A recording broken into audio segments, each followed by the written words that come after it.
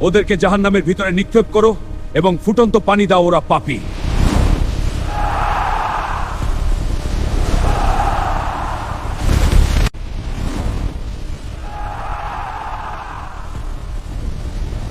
ওরা কথায় কথায় মিথ্যে বলতো। ওদের ঠোঁট আগুনের কাছে কেটে দাও। আপনি কি জানেন জাহান্নামের সবচেয়ে হালকা শাস্তি কি? শুনলে শিউরে উঠবেন। এমন এক আগুনের বর্ণনা যার কল্পনাই মানুষের অন্তর কাঁপিয়ে দেয়। আল্লাহর কঠোরতম আযাবের স্থান জাহান্নাম।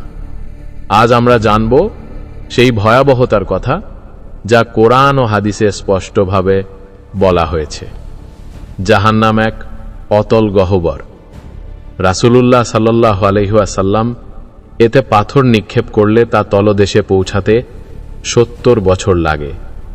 এর আগুন পৃথিবীর আগুনের চেয়ে কয়েক গুণ বেশি উত্তপ্ত।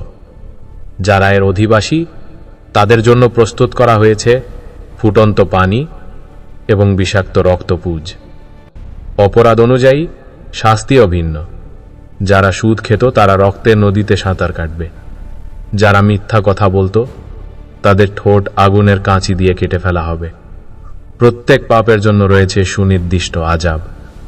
জাহান্নামের পাহারায় নিয়োজিত ফেরেশতারা কঠোর ও নির্মম। আল্লাহর আদেশের অবাধ্য তারা কখনো হয় না।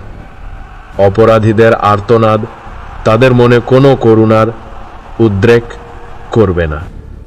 হে দর্শক, এই ভয়াবহ স্থান থেকে বাঁচতে চান?